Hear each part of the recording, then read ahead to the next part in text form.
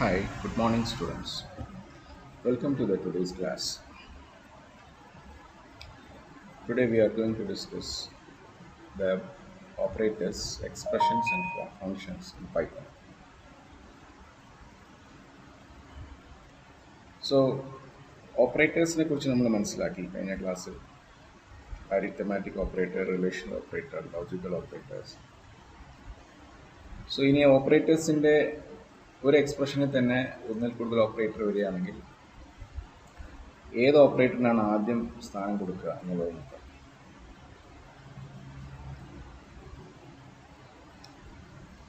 So, on solving a mathematical expression, the actions of operators are based on some rules of precedence.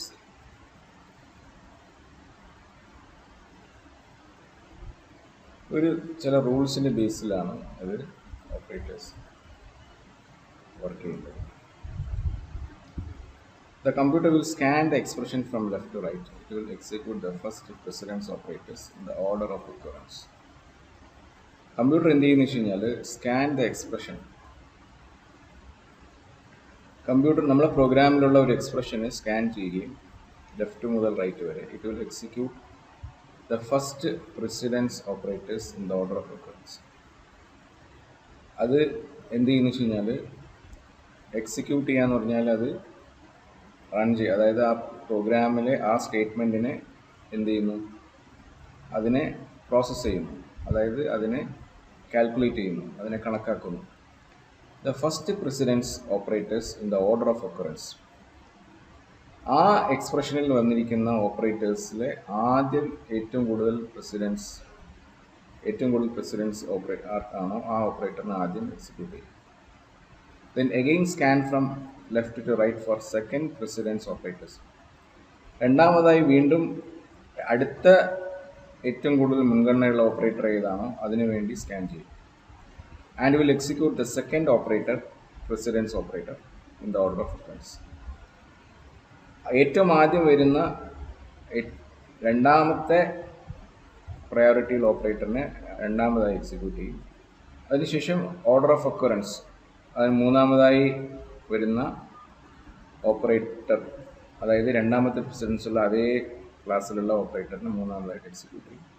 അപ്പോൾ order of left മുതൽ right വരെ വരുന്ന ഓർഡറിനനുസരിച്ച്, അതേപോലെ അതിൻ്റെ priority പ്രിസിഡൻസിനനുസരിച്ച് അത് execute ചെയ്തുകൊണ്ടിരിക്കും. This will continue up the final answer.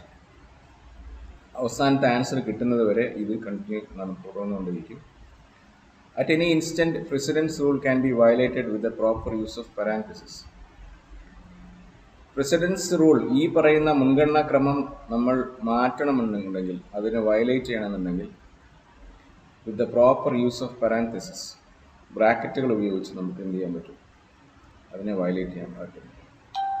So special care is to be given for framing a mathematical expression which is free from semantic error.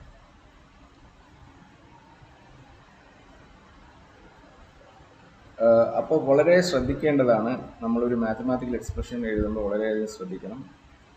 ഇങ്ങനെയുള്ള ബ്രാക്കറ്റുകളുടെ എററുകളൊന്നും ഇല്ലാതെ ശ്രദ്ധിക്കണം. The following table lists the precedence of order from high to low. ഈ താഴത്തെ ലിസ്റ്റിൽ നമുക്ക് കാണാൻ സാധിക്കുന്നത് ഏറ്റവും ആദ്യത്തെ പ്രിസിഡൻസ്, ഏറ്റവും പ്രയോറിറ്റി ആദ്യം ഏതാണോ അവിടെ മുതൽ താഴേക്കുള്ള പ്രയോറിറ്റി വരെ ഇവിടെ കാണാൻ സാധിക്കും. ആദ്യമായി പ്രയോറിറ്റി ഉള്ള ഓപ്പറേറ്ററാണ് ലോജിക്കൽ നോട്ട്. രണ്ടാമത്തേത് എക്സ്പൊണൻഷ്യേഷൻ. എക്സ്പൊണൻഷ്യേഷൻ എന്ന് വെച്ചാൽ ഒരു വേരിയബിളിൻ്റെ പവറിലാണ്, പവർ കൊടുക്കുന്നതിനാണ് എക്സ്പൊണൻഷ്യേഷൻ. മൂന്നാമത്തേത് multiplication, division, modulo division, floor division. നാലാമത്തേത് അഡീഷൻ, സബ്ട്രാക്ഷൻ. അഞ്ചാമത്തേത് less than or equal to, greater than or equal to. ആറാമത്തേത് equal to or not equal to. ഏഴാമത്തേത് ലോജിക്കൽ ആൻഡ്. എട്ടാമത്തേത് ലോജിക്കൽ ഓർ. ഒമ്പതാമത്തേത് സിമ്പിൾ അസൈൻമെൻറ്റ്. ഇനി expression എന്താണെന്ന് നോക്കാം. A meaningful combination of operators, constants and variables is known as expression. Expressions are classified as follows. എന്താണ് expression എന്ന് പറഞ്ഞാൽ ഒരു അതായത് ഓപ്പറേറ്ററുകളും കോൺസ്റ്റൻറ്റും വേരിയബിളും എല്ലാം കൂടെ ചേർന്ന് കൂടിയതിന് ശേഷം ഉണ്ടാകുന്ന ഒരു സ്റ്റേറ്റ്മെൻറ്റ്, അത് ഒരു മീനിങ് ഉണ്ടായിരിക്കണം. അങ്ങനത്തെ ഒരു റൂൾസ് ഫോളോ ചെയ്യുന്ന ഒരു മീനിങ് ഫുൾ സെൻസുള്ള ഒരു സ്റ്റേറ്റ്മെൻറ്റിനെയാണ് എന്ത് ചെയ്യുന്നത്, അതിന് എക്സ്പ്രഷൻ എന്ന് പറയുന്നത്. Expressions are classified as follows. Arithmetic expression. It is an expression with arithmetic operators, constants and variables. എന്താണ് arithmetic expression എന്ന് പറയുന്നത്? It is an expression with arithmetic operators. Arithmetic operators എന്ന് പറയുന്നത് പ്ലസ്, മൈനസ്, മൾട്ടിപ്ലിക്കേഷൻ, അതൊക്കെയാണ് arithmetic operators. Constants, variables, x, y, z, അതൊക്കെയുള്ള അതാണ് variables. Example ut plus half at square, അതിൽ variables ഉണ്ട്, കോൺസ്റ്റൻസ് ഉണ്ട്. Arithmetic expressions result into a numeric value that can be used directly with an assignment statement or logical expression. Arithmetic expression എന്താ സംഭവിക്കുന്നത്, അത് calculate ചെയ്തതിന് ശേഷം ഒരു numerical value ആയി മാറും. അതിനെ നമ്മൾക്ക് that can be directly used with an assignment statement or a logical expression. അപ്പോൾ ഈ അരിത്തമാറ്റിക് എക്സ്പ്രഷൻ്റെ കിട്ടുന്ന വാല്യൂവിനെ നമുക്ക് ഒരു വേരിയബിളിലേക്ക് നമുക്ക് അസൈൻ ചെയ്യാൻ സാധിക്കും. Assignment statement or logical expression. So the following are the examples of some valid logical expressions.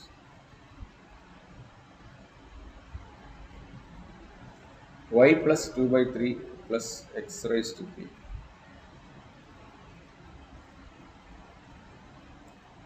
ഇവിടെ bracket ആദ്യത്തിൽ ഇടാത്തത് കൊണ്ട് നമ്മൾ ആദ്യം എന്താണ്, ഈ ഓർഡർ അനുസരിച്ച് എക്സ്പോണൻഷ്യൽ ആയിരിക്കും ആദ്യം ചെയ്യുക. അതിനുശേഷം 2/3 ചെയ്യും, പിന്നെ അതിനുശേഷം വൈയുടെ കൂടെ ആഡ് ചെയ്യും. ഇവിടെ രണ്ടാമത്തത് ബ്രാക്കറ്റ് ഉള്ളതുകൊണ്ട് ബ്രാക്കറ്റ് ആദ്യം ചെയ്തതിന് ശേഷമാണ്, കാരണം പരാന്തസിസ് കൊടുത്തു കഴിഞ്ഞാൽ ആ പരാന്തസിസിനുള്ളിലുള്ളതിനെ നമുക്ക് എന്ത് ചെയ്യാൻ പറ്റും, സെപ്പറേറ്റ് പ്രസിഡൻസ് ആയിട്ട് കാൽക്കുലേറ്റ് ചെയ്യും. അപ്പോൾ ഇതാണ് അരിത്തമാറ്റിക് എക്സ്പ്രഷൻ്റെ ഉദാഹരണം. ഇനി ലോജിക്കൽ എക്സ്പ്രഷൻ എന്ന് പറഞ്ഞാൽ it is the expression that results in true or false. A logical expression is a combination of relational operators or logical operators, or both operating on variables, constants and arithmetic expressions.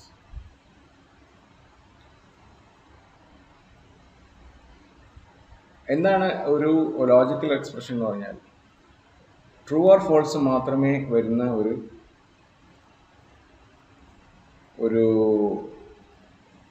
എക്സ്പ്രഷനെയാണ് logical ഒരു എക്സ്പ്രഷനെ evaluate ചെയ്താൽ അതിൽ ഒന്നുകിൽ true ആയിരിക്കും അല്ലെങ്കിൽ false ആയിരിക്കും. അങ്ങനത്തെ എക്സ്പ്രഷനാണ് logical expression എന്ന് പറയുന്നത്.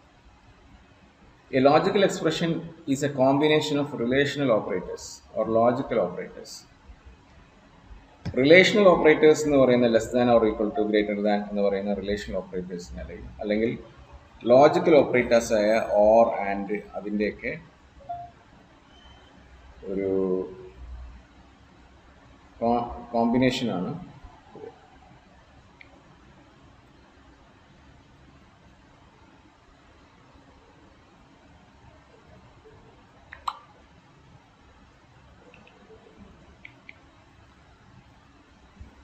It is used only for condition checking and not fit for the assignment. Condition check ചെയ്യാൻ മാത്രമേ നമുക്ക് എന്ത് ചെയ്യാൻ പറ്റുള്ളൂ, ലോജിക്കൽ എക്സ്പ്രഷൻസ് യൂസ് ചെയ്യാൻ പറ്റുള്ളൂ. ഉദാഹരണം, എക്സ് ഗ്രേറ്റർ ദാൻ 10. എക്സിൻ്റെ വാല്യൂ 10-മായി കമ്പയർ ചെയ്തതിന് ശേഷം ആ ലോജിക്കൽ വാല്യൂ കറക്റ്റ് ആണെങ്കിൽ മാത്രമേ അതിന് ട്രൂ ആയിരിക്കും അല്ലെങ്കിൽ ഫോൾസ് ആയിരിക്കും. X less than or equal to Y plus 3. അപ്പോൾ ഈ ലോജിക്കൽ എക്സ്പ്രഷൻ ട്രൂ ആണെങ്കിൽ ട്രൂ എന്ന് കാണിക്കും, അല്ലെങ്കിൽ ഫോൾസ് എന്ന് കാണിക്കും. അപ്പോൾ വാല്യൂ ലോജിക്കൽ ഓപ്പറേറ്റേഴ്സിൻ്റെ ലെഫ്റ്റിലും റൈറ്റിലെയും വാല്യൂ കമ്പയർ ചെയ്തതിന് ശേഷമാണ് അത് കണ്ടുപിടിക്കുന്നത്. A plus B into 1.28 greater than D and A not equal to B.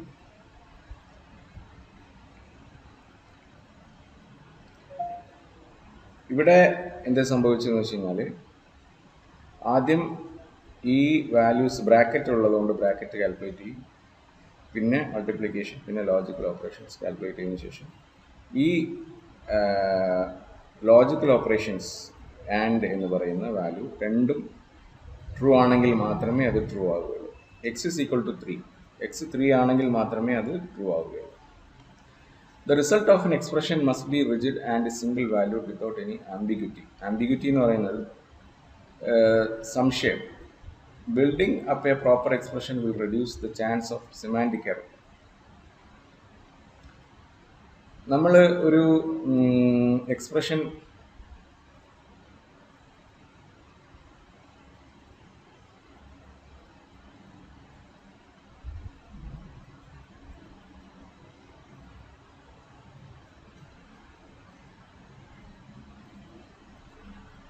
Build ചെയ്ത് കഴിഞ്ഞാൽ അത്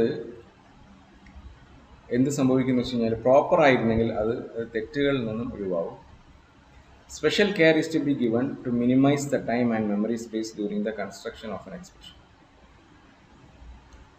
നമ്മൾ ഏറ്റവും കൂടുതൽ ശ്രദ്ധിക്കേണ്ടത് minimize the time and memory space during the construction of ഒരു എക്സ്പ്രഷൻ കൺസ്ട്രക്ഷൻ ചെയ്യുമ്പോൾ ഉണ്ടാക്കുമ്പോൾ അത് നമ്മൾ ശ്രദ്ധിക്കേണ്ടത് ടൈമും മെമ്മറി സ്പേസും കുറയാൻ ശ്രമിക്കണം. ഇനി ഇനിഷ്യലൈസേഷൻ എന്താണെന്ന് നോക്കാം. The selection of data type is automatic in Python. Automatic ആണ് ഈ പൈത്തൺ പ്രത്യേകത. ഒരു ഡാറ്റ ടൈപ്പിന്റെ സെലക്ഷൻ ഓട്ടോമാറ്റിക് ആയിരിക്കും. So the initialisation of the variable is not required. മറ്റ് ലാംഗ്വേജുകളിൽ സിയിലൊക്കെ ഒരു വേരിയബിൾ നമ്മൾ ഇൻറ്റിജർ ആയിട്ടാണ് ഉപയോഗിക്കുന്നതെങ്കിൽ നമ്മൾ ആദ്യമേ ഡിക്ലെയർ ചെയ്യണം, എപ്പോഴും ആ വേരിയബിൾ ഇൻറ്റിജർ ആയിട്ട് തന്നെ കണക്കാക്കണം. പക്ഷേ ഇവിടെ ഓട്ടോമാറ്റിക് നമ്മൾ എക്സിന് ഇൻറ്റിജർ 1 കൊടുത്തു കഴിഞ്ഞാൽ അത് ഇൻറ്റിജർ ആണെന്ന് കണക്കാക്കും. 1.0 കൊടുത്താൽ അത് ഫ്ലോട്ടിംഗ് ആയിട്ട് കണക്കാക്കും. 1+i3 എന്ന് കൊടുത്തു കഴിഞ്ഞാൽ അത് കോംപ്ലക്സ് ആയിട്ട് കണക്കാക്കും. അങ്ങനെ ഓട്ടോമാറ്റിക്കലി അതിൻ്റെ ടൈപ്പ് മാറിക്കൊണ്ടിരിക്കാൻ പറ്റും. അത് ഡൈനാമിക് ഡാറ്റ ടൈപ്പാണ് ഇൻ പൈത്തണിലുള്ളത്. അപ്പോൾ if you are using a reassignment statement, the variable must be initialized before its first use. If it is not initialized properly the result may be wrong. ഉദാഹരണം നോക്കാം, എന്താണെന്ന് നോക്കാം. Sum is equal to sum plus sum. In this we are reassigning the value of sum to make a series of additions. So the initial value of sum must be 0. അപ്പോൾ ഇവിടെ നമ്മൾ എന്താണ് സംഭവിച്ചു കഴിഞ്ഞാൽ ഒരു ഇനിഷ്യലി സം രണ്ടാമത് use ചെയ്യുന്നതിന് മുമ്പ്, അപ്പോൾ sum is equal to sum plus, അപ്പോൾ സം ഓൾറെഡി ഒരു വാല്യൂ ഇനിഷ്യലൈസ് ചെയ്തില്ലെങ്കിൽ റിസൾട്ട് റോങ് ആയിരിക്കും. അപ്പോൾ നമ്മൾ ആദ്യം എന്ത് ചെയ്യണം, സം ഈസ് ഈക്വൽ ടു 0 എന്ന് ഇനിഷ്യലൈസ് ചെയ്തതിന് ശേഷം sum is equal to sum plus term പോയി.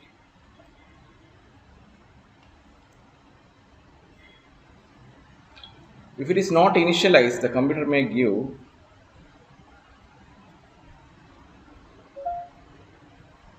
some initial values depend on the assembly.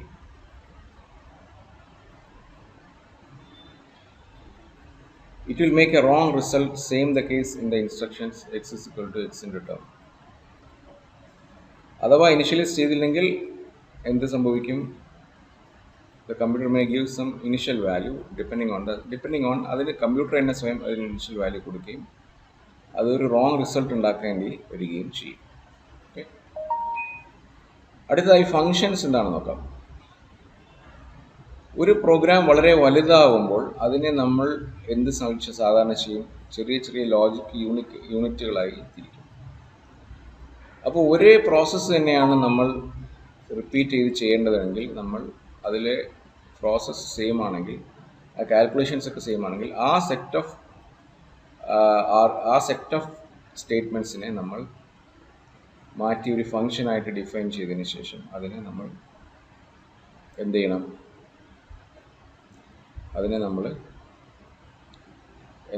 ഒരു ഫംഗ്ഷൻ നെയിം ഇട്ട് കൊടുക്കണം. എന്നിട്ട് ആ ഫംഗ്ഷനിലേക്ക് വാരിയബിൾ മാറ്റി കൊടുത്തു കഴിഞ്ഞാൽ നമുക്ക് ആ ഫംഗ്ഷൻ നമുക്ക് ഉപയോഗിക്കാൻ സാധിക്കും. മാത്രമല്ല പ്രോഗ്രാമിൻ്റെ വലിപ്പം കുറയ്ക്കാനും സാധിക്കും.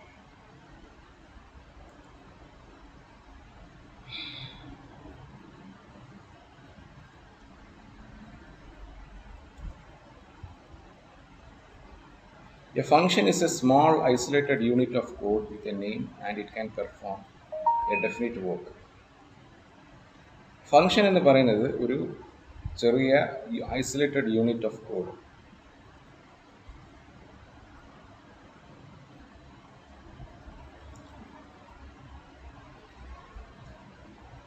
ഒരു പൈത്തൺ കോഡിൻ്റെ ഒരു യൂണിറ്റ് ആണ്, അത് ഐസൊലേറ്റഡ് ആണ് with a name and it can perform A definite work.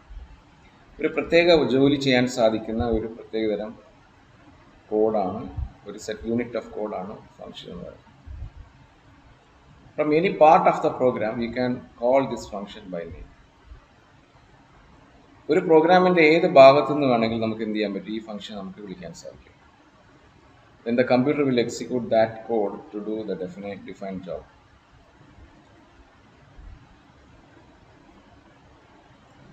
അങ്ങനെയാണെങ്കിൽ ആ കമ്പ്യൂട്ടർ എന്ത് ചെയ്യും, ആ പ്രത്യേക കോഡിനെ എക്സിക്യൂട്ട് ചെയ്ത് ആ ജോബിനെ ആ കോഡിനെ എന്ത് ചെയ്യും, കോഡിനെ എക്സിക്യൂട്ട് ചെയ്തതിന് ശേഷം അതിനെ കംപ്ലീറ്റ് ചെയ്യും, ആ ജോബ് കംപ്ലീറ്റ് ചെയ്യും. When we are calling A function we must pass some data to the function for its proper working.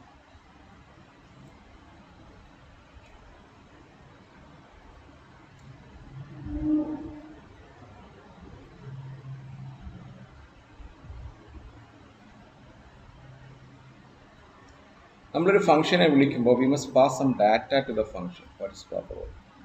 ആ ഫംഗ്ഷനിലേക്ക് കുറച്ച് ഡാറ്റ കൊടുക്കേണ്ടതായിരുന്നു അത് വർക്ക് ചെയ്യാൻ വേണ്ടി. These data variables are called arguments. ഈ ഡാറ്റ വേരിയബിൾസിനെ ആർഗ്യുമെൻറ്റ്സ് എന്ന് വിളിക്കും.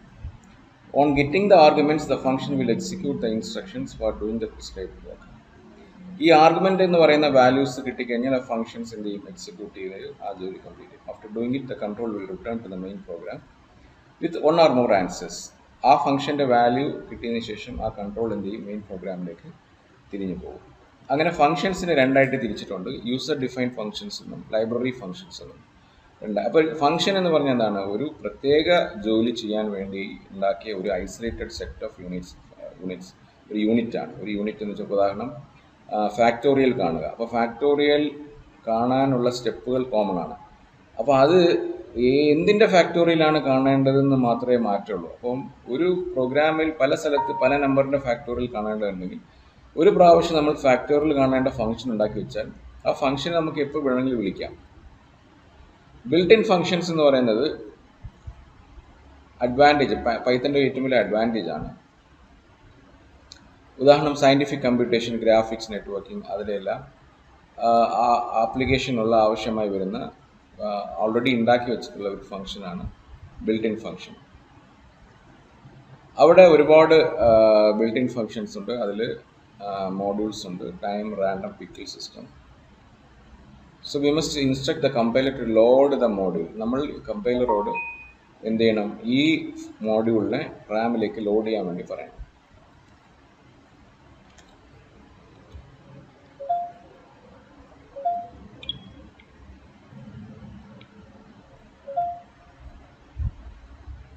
സോ അടുത്തത് എന്താണെന്ന് നോക്കാം. For example from math import sine. Sine എന്ന് പറയുന്ന ഒരു ഫംഗ്ഷനെ ലോഡ് ചെയ്യാൻ വേണ്ടി പറയുന്നു.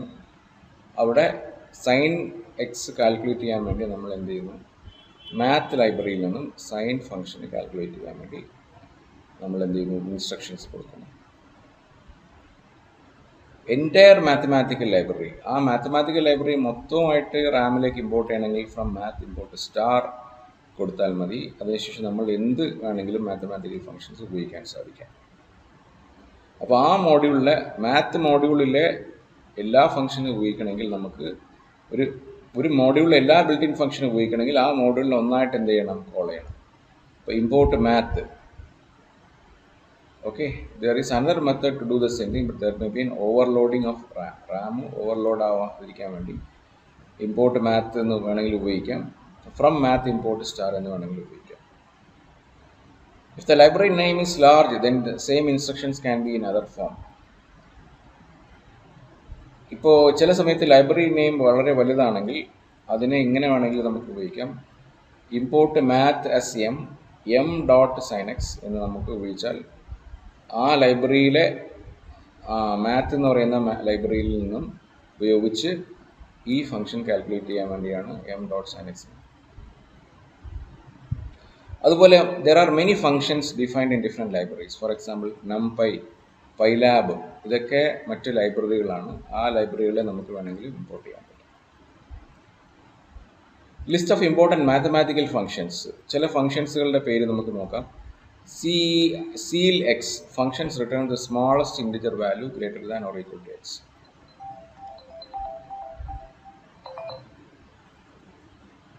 Floor x the function returns the smallest integer value less than or equal to x. Fabs function returns the absolute value of x as a float. അതുപോലെ ഇതൊക്കെ ഓരോ ഫങ്ഷൻസ് ആണ്. ഇതിലെ നോട്ട്സ് നിങ്ങൾ വായിച്ച് നോക്കിയാൽ നിങ്ങൾക്ക് മനസ്സിലാവും ഇതൊക്കെ ഫങ്ഷൻസ് എന്തിനാണെന്നുള്ളത്. Fsum trunc x x four log 10 power square root acos x asin x a tan x cos x sin x sin x degrees radians factorial, and we come to the end of